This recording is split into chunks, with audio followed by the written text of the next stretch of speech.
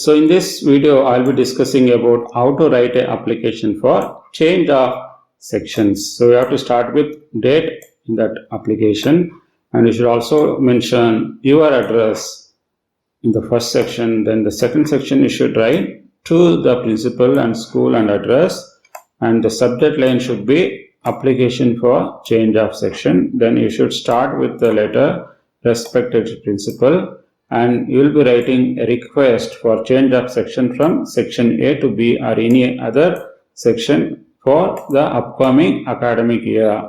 And you should also talk about why you are requesting for changing of section. What is the benefit you are going to get it here? You have to mention it here.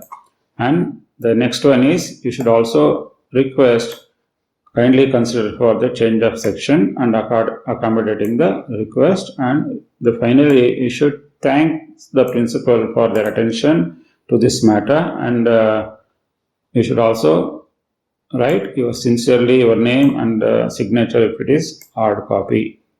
So this is how you should write an application for change of section in the school or college.